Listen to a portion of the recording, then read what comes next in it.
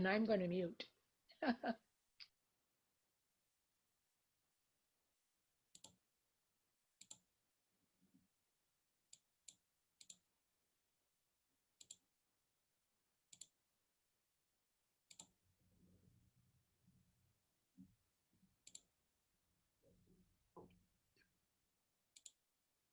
All right, here we go.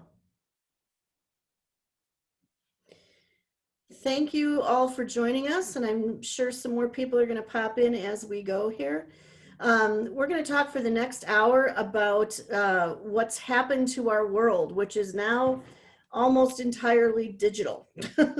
A lot of what the students on campus are missing this year, and I mean that in both senses, they're missing some opportunities, but they also miss the connections that they do together and all the rallies. And I mean, you can only imagine what it would be like in a normal year with all the activity going on campus. So we are trying to replace as much of that camaraderie and information as we can using all kinds of different digital platforms.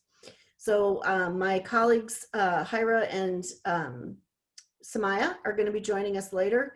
But for right now, I'm going to start with just a brief introduction of what you really need to have in your plan to reach students this semester. This includes having a strong social media campaign, obviously.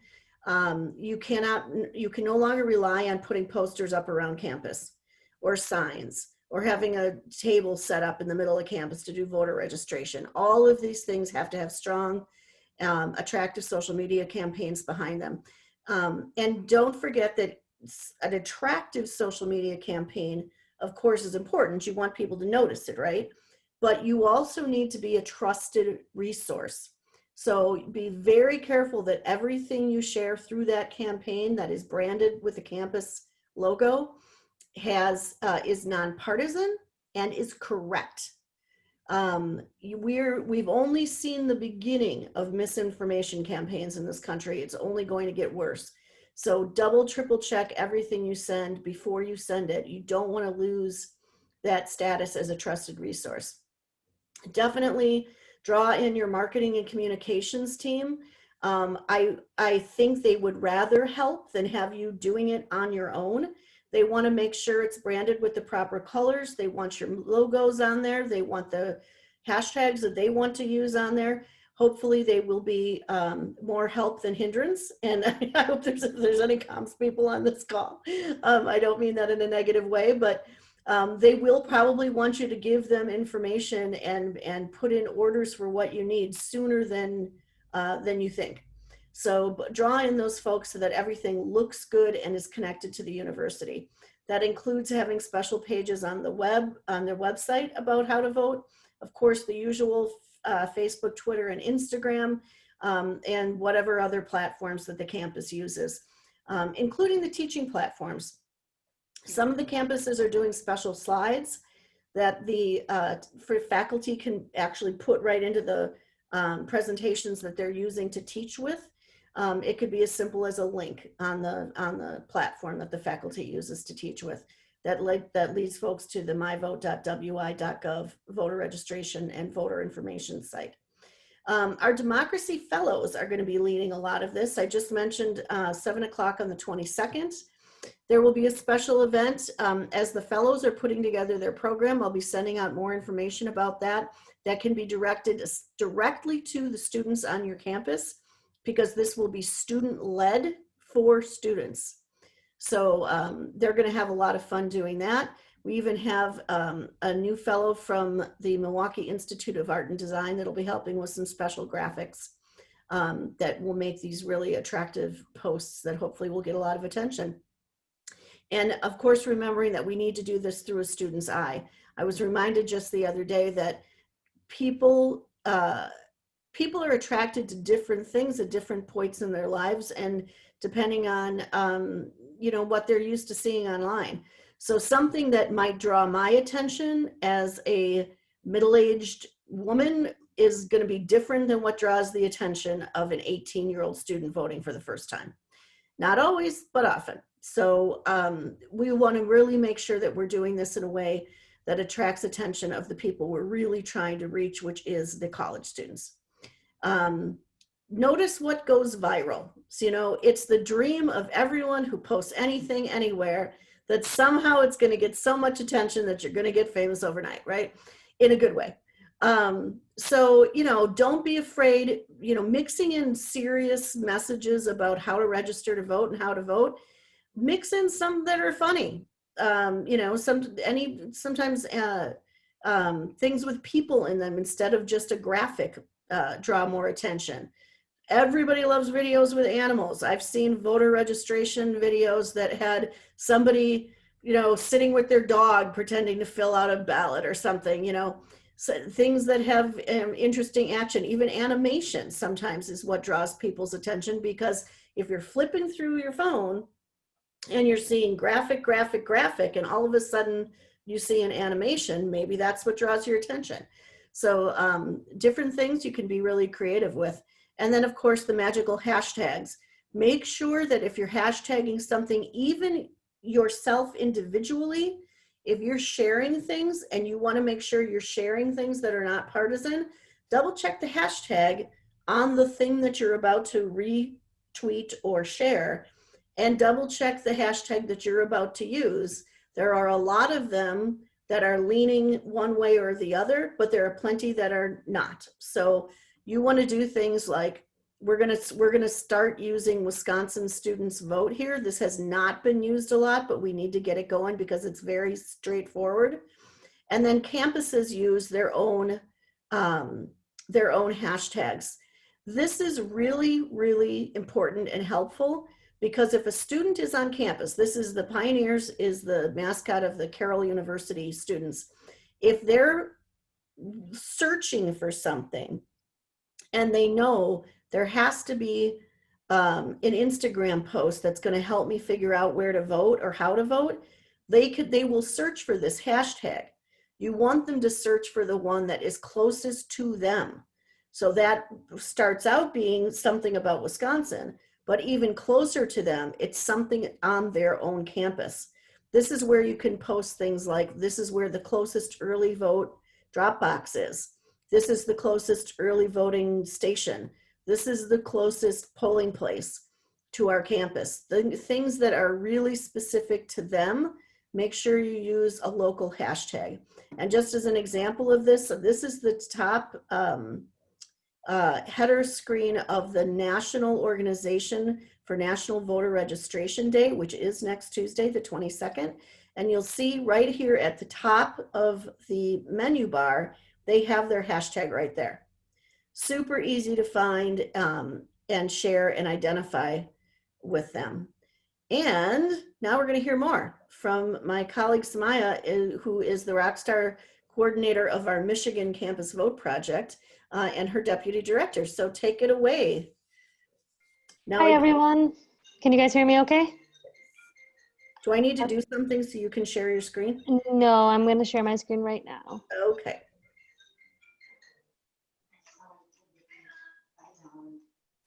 Sorry, give me 1 second. All right. Are you guys able to see my screen okay? Yes.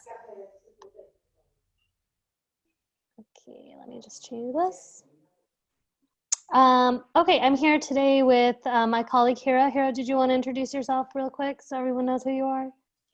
Yeah, my name is Hira. I am the Deputy State Coordinator for Michigan, and I'm joining Samaya here to talk a little bit more about digital organizing. So thanks for having us. Awesome. I keep having... Can you guys hear me okay? Yes. Okay, cool. Sorry, it says I should be that I'm muted, but anyways, we just wanted to go into a quick dive about digital organizing and storytelling and what that looks like. Like Kristen said, there's so many ways that we can reach our students on campus now, but really because of COVID and because of the way the world works now, digital organizing really is the main way to get across their feeds and get their attention. And so hopefully we're going to provide you with some quick tips on just that. So first, just to kind of summarize, what is digital organizing? So digital organizing is the use of online tools and platforms to bring on-campus on-campus efforts to a digital space. So right now, that's true more than ever, right? We're not on campus a lot. So really the way that we have to get across campuses is using email, social media, texting, all those kind of different tools to bring everyone to this digital space.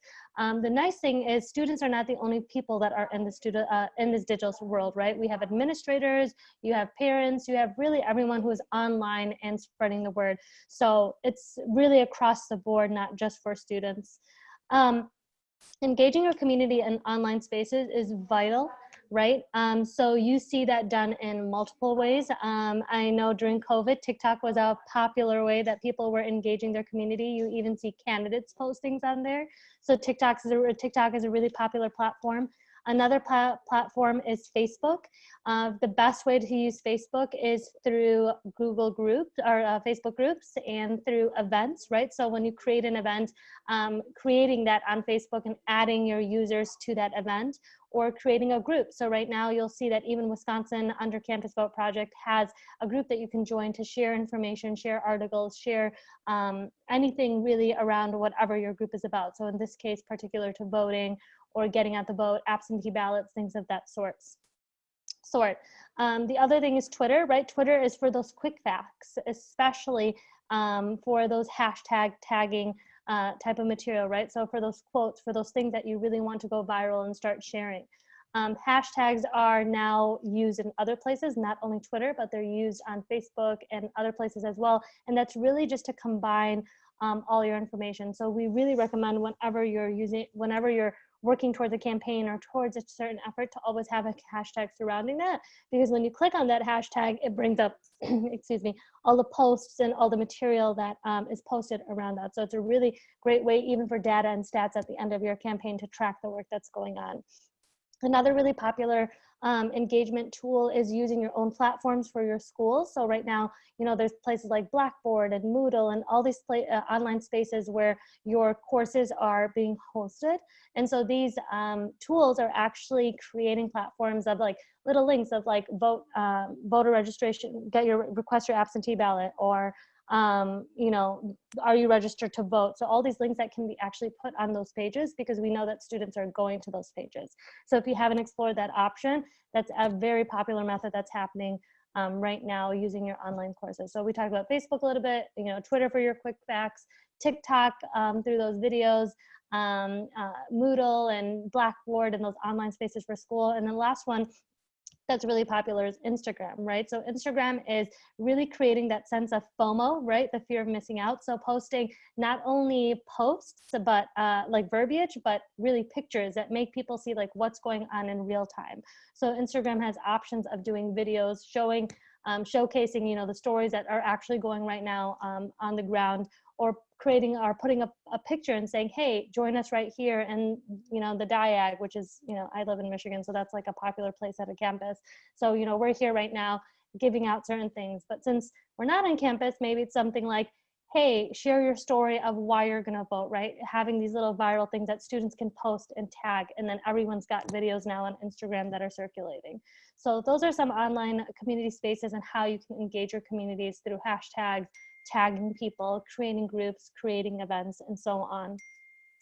We want to remember that when we're doing this, the most important thing at the end of every post or the end of any picture that you're posting is this call to action. So a concrete call to action for attendees to take after seeing a post or joining an event. So you want to make sure that now that you have their attention, now that they're looking at your video, they're looking at your picture, they're reading your post, that at the end of them, that you're giving them a concrete step that they can actually do. So maybe it's, hey, click on this link to take that next step, or hey, to forward this picture to 2 of your friends, or 3, sign up on our form below. So you want to make sure that now that you have their attention, that they're actually taking the next step to do something beneficial.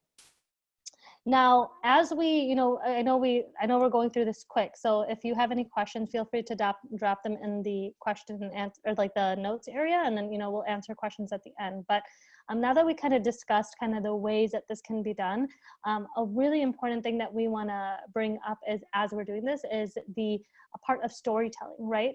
It's really easy to post a picture or post something and assume that everyone is going to attend, but they're only going to attend, or they're only going to look at that post if it attracts them, because through the storytelling, right? So for example, there's 3 parts of storytelling. You have the challenge, you have your choice, and you have your outcome. So maybe you're talking to a medical student, right? So you're going to a medical student saying, hey, are you registered to vote? May not be the best approach. Maybe you talk through, hey, tell me, about healthcare. What's important to you about healthcare? What's on the ballot about healthcare? And then guiding that question and guiding that story into getting out the vote, right? So know your audience and know how you're going to be talking to them, whether it's a medical student that you're talking to, or whether it's someone that's engaged in the environment, and so on. So the act of storytelling is a really important part of being able to, produce that post or produce that video. I'm going to pass it on to my colleague Hira, who's going to talk about how, almost like an action item of how this can be done on your campus right now. Thanks, Maya. Yeah, so I'm just going to briefly go over some fellowship opportunities that I think are pretty simple ways to sort of exercise your democratic powers outside of voting.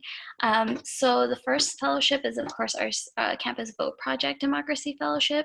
And I think this is a really great way to get involved for students and administrators on campus, because it sort of allows your students to have an opportunity to educate their peers, to get involved in their community, to network and learn a lot of great skills.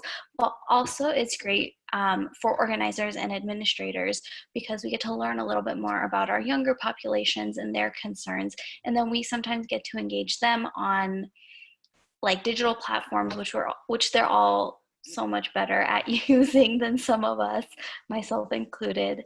And it just lets us have a great idea of how we can connect to people on campus through people on campus. So generally how the fellowship works is it runs from around September to December. The students work about 10 to 15 hours a week, and they do get a stipend at the end of their term. So I know CVP is still hiring, so if any students are interested, they can always send their resumes to Kristen. And then we also have our CVP Work Elections Fellowship, which is pretty much the structure of the program is very similar, except that the focus is largely on recruiting students as poll workers, because as many of you already know, we're anticipating there to be a shortage this year due to COVID-19. So it's great to have students get involved in a way where they can exercise their democratic powers outside of voting. And Samaya, can you just get to the next slide? And then in addition to the fellowships, I know a lot of campuses have been forced to go virtual this year, but that's not necessarily a limitation. We have our fellows engaged in a lot of different things. So some of them are listed here, for example, watch parties, virtual town halls, candidate forums, virtual panels, things like that.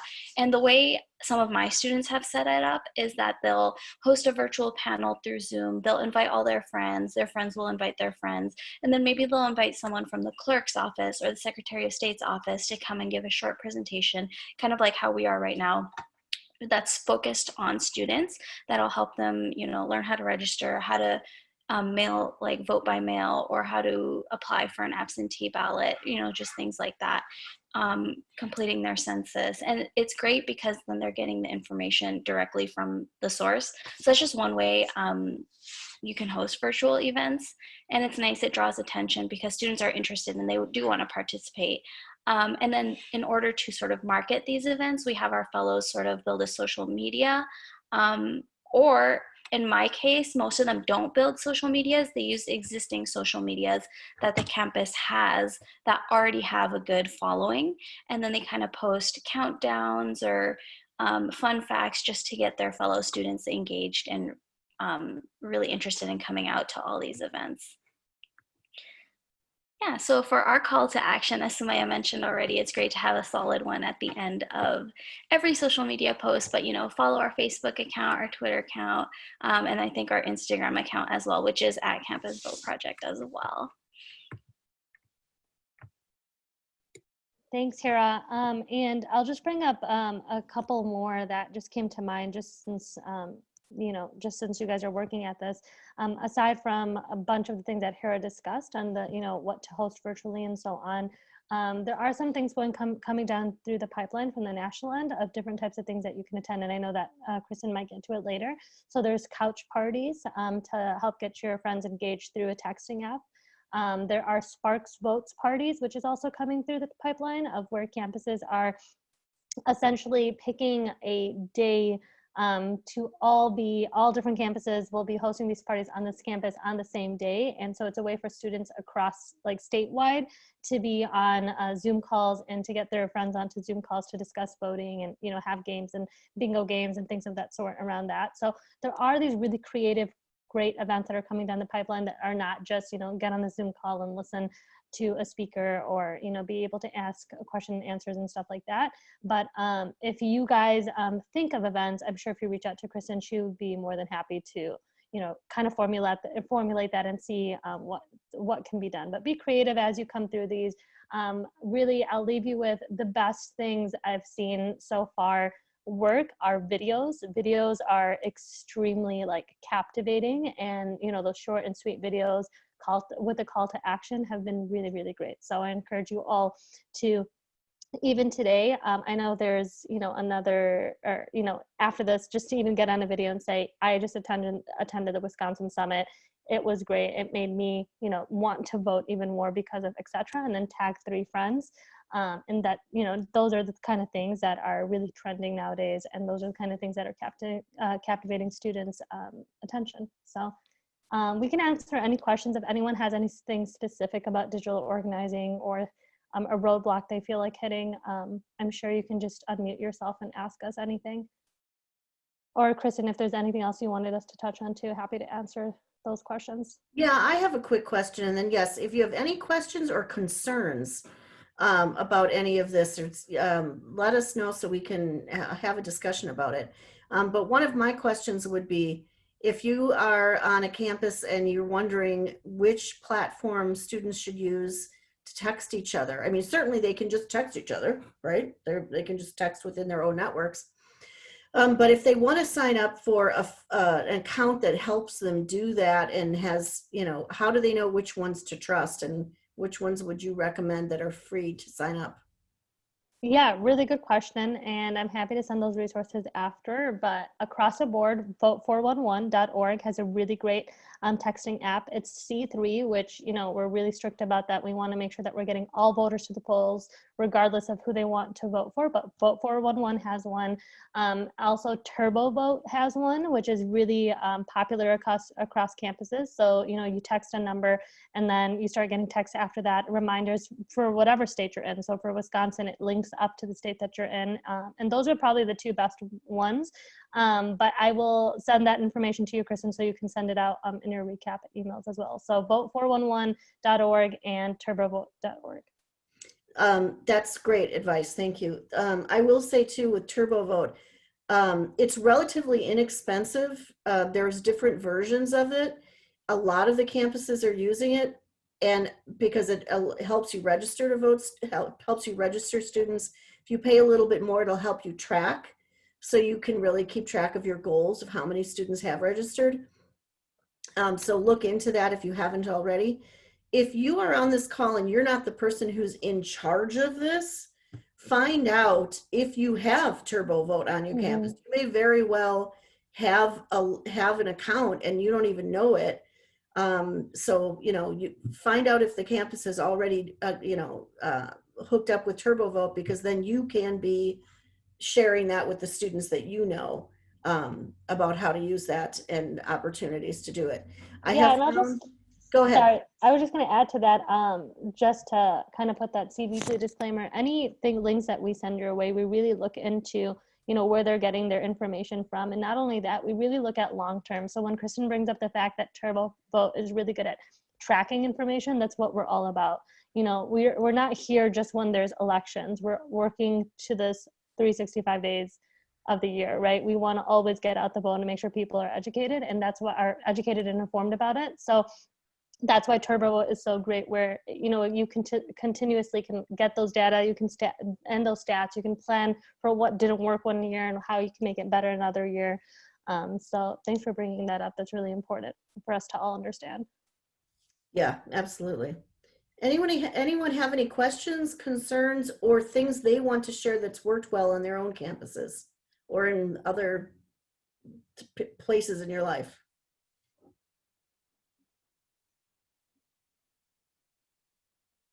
Just unmute yourself. Does anyone, can anyone think of a digital campaign they've seen that was really effective that we can learn from? I can just briefly mention something one of our campuses is doing that I thought was really cool. It didn't actually even rely on any outside platforms. Basically what they did, and I'm not sure how effective this is because I think this is the first time they're trying it, but when you sign on to like your university portal, they'll have like a pop-up that comes out, and then it'll say, have you registered to vote? And then it'll have like the registration link. Oh, It's like you don't even need any outside platforms to put that like in front of students, because it's like right in their face the second they sign on to their student accounts to like check their grades and stuff. So it was that's really a cool. good idea. Another one, I thought this was unique and creative, is one of our campuses is doing Spill the Tea Wednesdays, I think they're calling it. And so if you log onto your Instagram, every bi-weekly they're bringing in kind of like a celebrity person that's on campus that's famous that people would want to listen to aside from, you know, the regulars who come on, and they spill the tea about like a hot topic around voting or a controversial topic about voting. And of course, you know, they follow their guidelines, but I thought that was a really interesting way, because, you know, if you just put like, okay, come on Wednesday and hear why it's important to vote, I don't think you're going to capture many students' information. But if you're like, hey, come not only learn about why it's important to vote, but learn about these specific issues, like some sort of hot topics that are attractive to students, that's a really great way to get people on. And then lastly, before we end, I will just say that if you guys feel like there is any, because I know some of these platforms like TurboVote and so on, they do have a price associated with it. There are grants available like nationwide. And Kristen, myself, like we can tell you, we're always looking for campuses to give those grants to. So if you feel like, oh, I can't get it because, you know, our campus doesn't have that in their budget, reach out to us, and maybe reach out to Kristen specifically and see if there's a way that we can get maybe your campus a grant to get something like TurboVote or any of those voting apps. But yeah, don't give up until you ask us, because I know one of the campuses in Wisconsin looked into it and it was only $1,000, which in the scheme of things is not bad. And you may very well have the money in the budget. As tight as things are right now, that still might be something that you can do. So don't give up until you ask me. We'll try to help. Yes, Kristen, that was actually us at UW Oh yeah, hi. Superior. Yeah, so TurboVote, actually the main feature is free, so you can link its website to any of your university's pages, and students can register and request an absentee ballot there for free. Excellent. But we decided that to better make the reports and to analyze what strategies were working on campus or not, we were going to go with the track data version, so to say, so that we can see how the students are responding to our efforts. And so have you started working with that yet? How's it working? So we actually received the web site today. So today it started. So, all right, this is going to be exciting. We'll be able to really keep track of things. That's awesome. Any other questions, comments, or concerns before we move on a little bit? All right. I asked our own communications manager for some other tips, and she came up with some really great stuff. Look for local celebrities, and this could include, you know, famous alumni from your colleges. Certainly college athletes are very popular on campus. Big Ten football is going to start up again. I don't know what that's going to look like exactly, but it does mean that attention will be paid to some athletics. So see what you can do about hooking up with some athletes or famous alumni. You would be surprised how willing they are to do these things. So don't be afraid to ask. Sometimes it's just a matter of contacting your alumni association on campus, because believe me, they know who the famous alumni are. And so contact them and see if you can get connections there. You also might have local influencers who are willing to do this, even like TV news people, any kind of local celebrity, because as long as it's a campus thing and it's nonpartisan, they may very well lend their support to this. So if you've got a local TV station and the news people are willing to say, hey, there's something great going on campus around voting, here's the hashtag, or share some of the videos or things that you've done or events that you're going to have, it would absolutely be worth it. Don't miss the opportunity to connect with any of your local media, because they, again, are looking for ways to engage people around the election. And it's just fun to connect with the campuses on things like this. Be active in the social media conversations around other topics. So maybe you have a special Instagram page that's going to be just for voting on your campus. Make sure you're following issues, some issue-based conversations, so that people are interested and are finding your page for other reasons. Again, just be careful to be nonpartisan about it, but there can be other, interesting things and issues that are going on or in your specific area that will get people linked into your pages that you want them to be paying attention to. I added look for a partner in each department at the campus. This is starting to become, to come across my desk a lot more, that each department, so the chemistry department, the engineering departments, the nursing departments, are starting, there's faculty within those departments that are raising their hand and saying, I will coordinate the faculty members in our department to get them all on the same page about helping students vote. And let them get creative about how they're going to do that.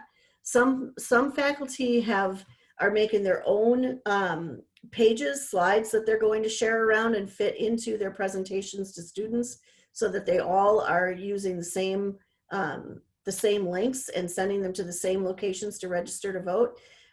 We also want the faculty to get creative about talking with students about the importance of voting and paying attention to the government, period.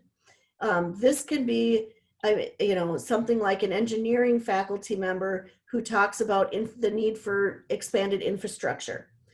That's a huge issue that even after the election, we're going to need to talk about, is the infrastructure failings around this country and how that has got to be a priority for our elected officials, and we can hold them accountable on that after the election. Let them get creative about, nursing students who want to talk about the importance of healthcare. Any department will be able to find something that they can build into their current curriculum that has to do with voting. If your math departments are going to talk about statistics, let's talk about polling. Let's talk about why sometimes they seem off. Let's talk about what a margin of error is and how that works into the polls and things that they're seeing, that they're inundated with. There's, the art department definitely could be talking about the art of protest art, right? Protest art is something that has been with us since practically the beginning of time. People have written whole books about it. So there's a lot of different things that they can at least just get students' minds working about the moment that we're in and why democracy is important and why voting is important. And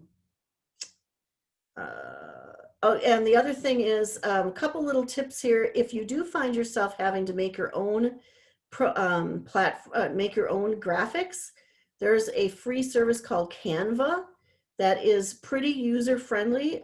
You can start poking around about that. Again, if you don't have a lot of support or you just don't want to be bothering your marketing department all the time, learn how to use Canva. There are ways on Facebook and other platforms to schedule posts. So if you already know that there are a bunch of days, like, you know, you want September 22nd voter registration day to be something you post about, you want to have twice a week posts about how to register to vote. You want to have October 14th, the last day to register to vote online, should be a huge day for you. You can set these posts all up when you have time and schedule them, and then you just kind of let it do its thing. So it makes it easier for you to make sure you're hitting all of your goals and scheduling all that stuff ahead of time.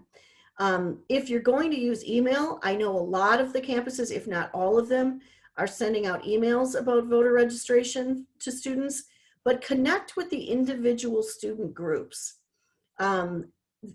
Students are always telling me that they pay more attention to the emails that come from the clubs and the groups that they're in than they do from the email about the emails directly from the administration. So there's no reason that any student group can't share an email that you create or make their own with the information you give them. They can put their own spin on it and send those emails out to their groups. And I'm saying emails, but of course it's also whatever kind of platforms they're communicating with each other on. Really, the only student group that you should be a little bit concerned about talking about voting with is if there are student groups that are purely for international students who are not citizens. We don't want non-citizens to mistakenly think they can vote, because that is a felony. If they attempt to vote and they're not a US citizen, you're looking at a felony. So just be really careful where you might have an international student who is interested in learning about democracy. Don't make the mistake that they accidentally think that they can register to vote. They can certainly help others do it, but they can't register to vote themselves.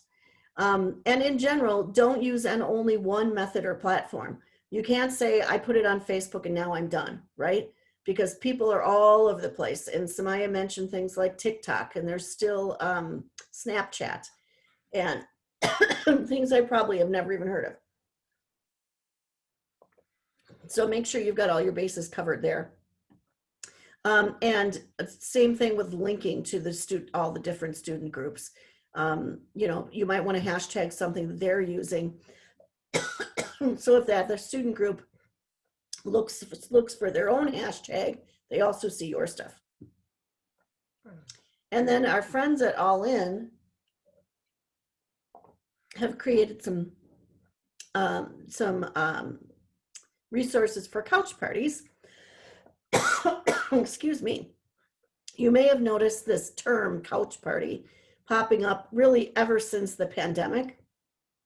The idea being you're going to have a party with you sitting on your couch and your friends sitting on their own couches and connecting together by Zoom or whatever.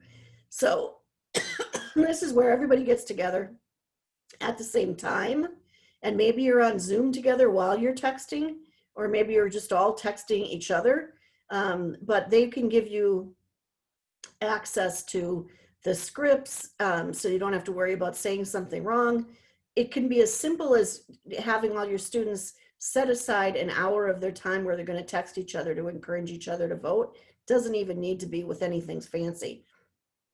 But I'm sure Turbo Vote probably has a way to work on this too. Make your own couch parties on your campus or link into ones that are already being done nationwide. And we have a brief video from All In about this. Hey man, wanna help me plan a couch party? Hey, what's up, bro? What's a couch party? Well, a couch party is just a hangout with your friends where you can register them to vote and also create a plan to get them to the polls. All you have to do is reach out to your friends and ask them to join you. Your couch party can be 20 people or 2,000. Every person makes a difference. You can plan your couch party for any number of key dates leading up to the 2020 election. Once you pick a date and reach out to your friends, just have them download Outvote and hop on a Zoom call with you. You can message your friends from your phone or laptop with reminders about voter registration deadlines and other useful information, all from the comfort of your couch. For more information about how to host a couch party on your campus, visit allinchallenge.org/campus-couch-parties. So those are kind of fun. All right, any other questions, comments, concerns, tips, ideas that we want to share before we wrap up? Everybody can unmute yourselves at this point. Barb. Kristen, you mentioned that you were going to be sending out material at the very beginning, I think you said. Can you repeat that, please? Yes, I'm going to send at the end of the week. We have one more of these lunchtime ones tomorrow about building broader coalitions around campus and including all students. And then I'm going to send out one email that's got links to all of the videos and the various notes that I've taken about these things. Yes. And everyone who signed up for any of the summits will get that. Okay, thanks very much. Will that include the Bucks video too? It's attached to my summit video. So yeah, okay, it'll be still on there. Okay. And if you need to if you can't figure out how to lift it off of there, I can include it as a separate video, I think. Let me make a note for that myself. And that can be shared, right? Yeah. Okay. Yeah. All right. Yeah, we got permission from them to use it. So yeah, definitely use it. I know that Madison, I don't know what campus you're on, but UW-Madison is in talks to do something specific with the Bucks. So it's possible that they would do that for other campuses too. I am with La Crosse League of Women Voters. Oh, okay. So we're working with UW La Crosse and two other schools, and one private university and the Western Technical. Oh, great. Well, maybe they would make one for like that whole region. I don't know, but I think it's worth asking, right? Well, that's a thought. Yeah. I think just that video was really good though. Okay. Well, then you could just use that. There you go. Done. Yeah. And yes, I am going to share this in the PowerPoint slides. Yes. Sorry, Teresa. Super. Yeah. Cause this has been great. Thank you. Oh, I'm so happy. Thank you for saying that. Yes, I'm going to share the slide deck and the whole video. So if you missed the beginning, you can hear that again. Teresa, did you have any specific questions you wanted to ask since we have a few minutes still?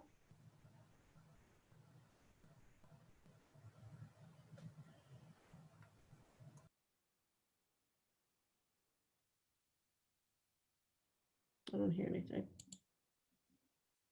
Oh, can't think of it now. Okay. Anybody else? How are things going on campus? Any other tips or things you've noticed about using digital outreach that we should be talking about, we should be worried about, we should fix, we should do more of? And by we, I mean all of us. Well, we have a student intern that's starting soon, working for our league, and she's at the university.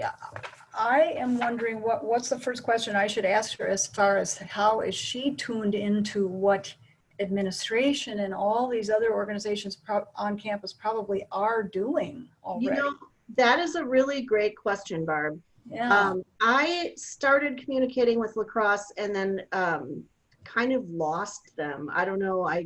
I've heard I would say that she should contact the Student Affairs Department.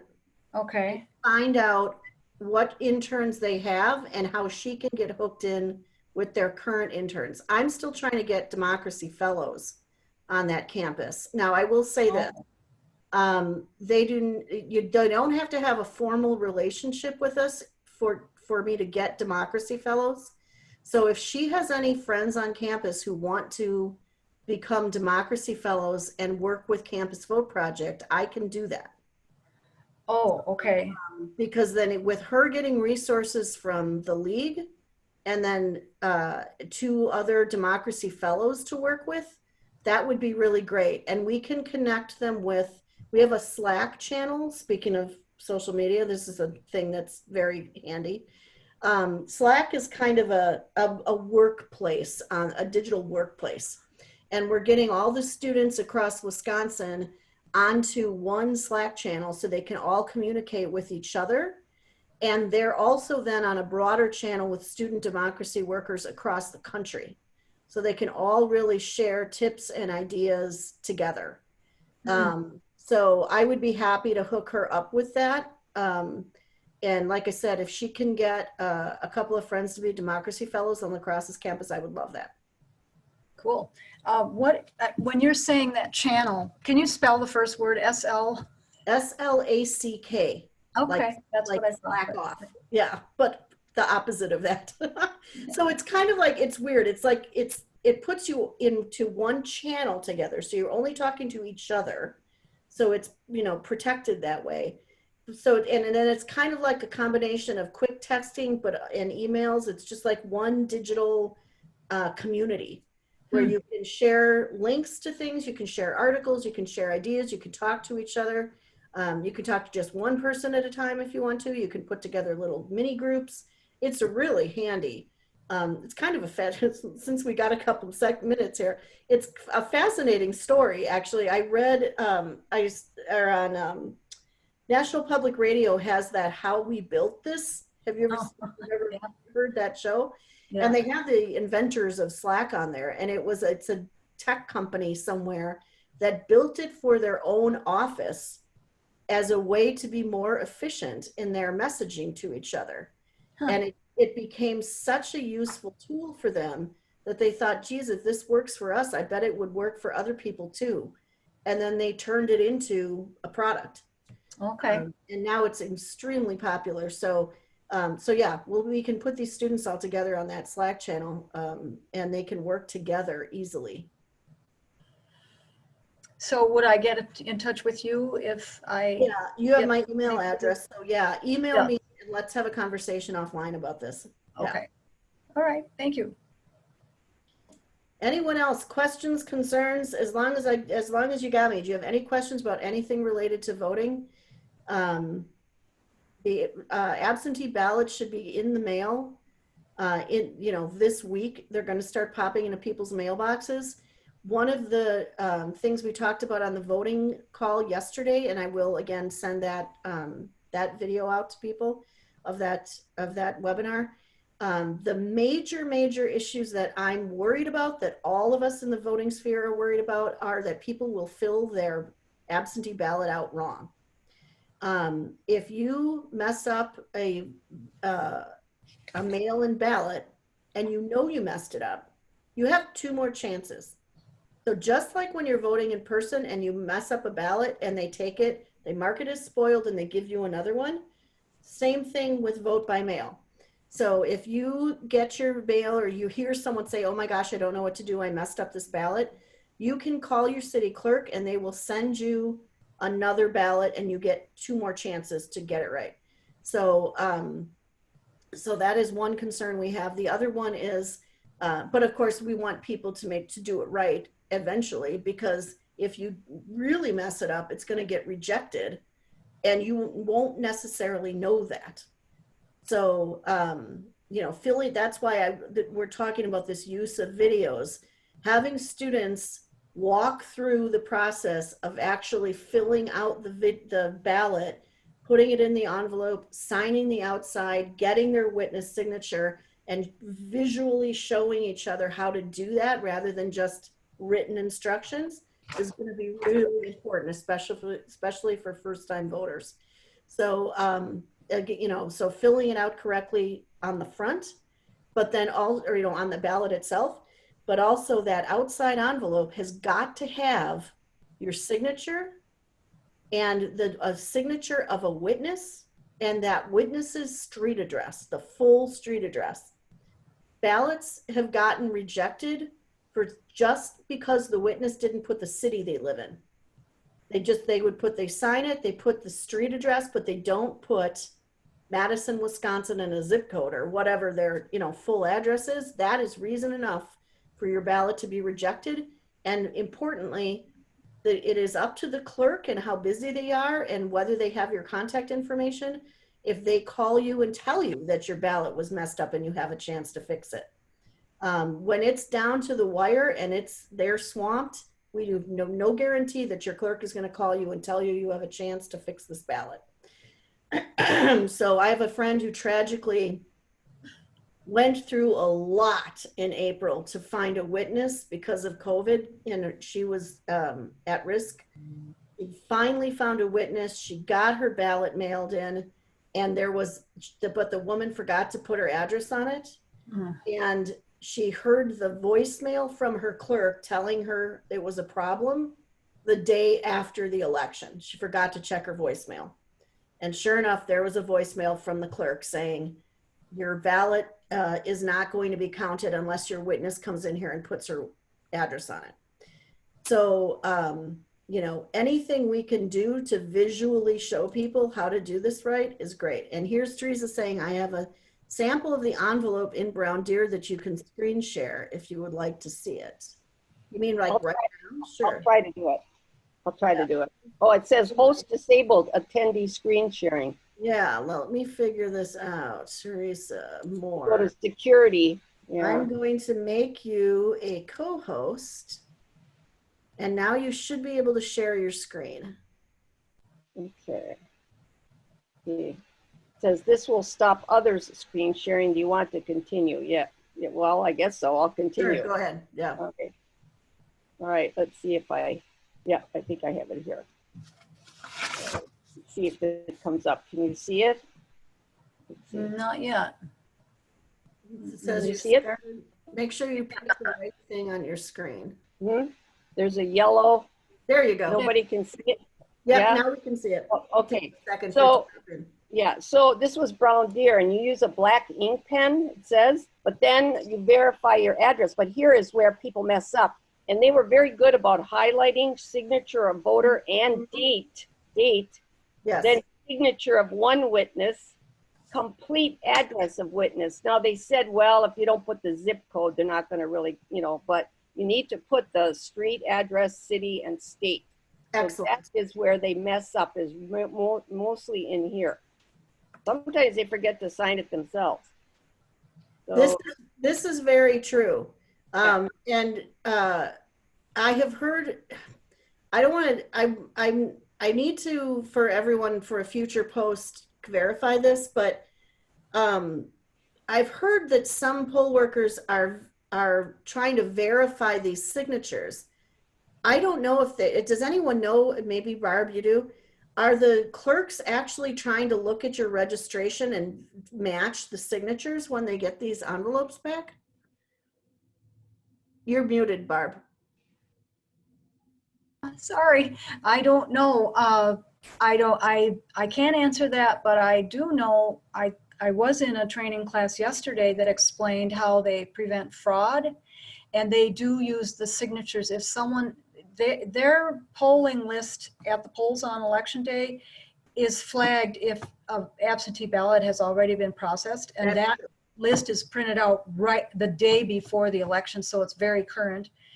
And if it's already showing they voted and they ask the person, have you already voted? And they say no, then they go check signatures. Gotcha. Okay. So that is something that you want to, it's another fail safe. But Right. yeah, what I was going to say was make sure your signature looks like your regular signature. I mean, I know people's signatures change over time, certainly. But, and I mean, shoot, my voter registration signature, I couldn't even tell you when I registered to vote. I think I was 18. Is that still what's on file? It's maybe when I, you know, because everything else I've done recently is was done on the computer. But so, you know, try to make it look like your real signature. Don't be lazy about it just for this. but you know, you have a witness, and that's what I don't understand why they get so fussy, because the witness would be liable if you weren't the person signing. You know what I mean? True. That is true. That's another check here. It's, you know, So, to be honest, this is why we try to tell people that voter fraud, in the sense of people voting for each other or this kind of thing, is incredibly rare. Yeah. Because the penalties are so strong. You could, I mean, for the sake of trying to get an extra vote in there here or there, it is not worth a $10,000 fine and a felony conviction. I mean, it's just, and And people, you know, a tiny handful of people do get caught doing this, and they are prosecuted. So it is not worth it. But anyway, yeah, that's this, making sure that we're filling out these ballots, especially, again, a lot of people doing this for the first time, a lot of students voting for the first time, much less by mail for the first time. We really want to make sure we're showing how to do it and not get your ballot rejected. The other thing to note is that on the myvote.wi.gov website, you can see that they did get your ballot back. So you go on there, you request a ballot. It says there's like a series of boxes. Then it says, it turns red. Yes, your ballot is here. Your request is here. It turns red when they mail you your ballot. It turns red when they get it back when they get it back from you. There's no way for them to note if your ballot was processed right away, because of course they're not processed until election day. But you at least will know your ballot is on the way and that they got it back.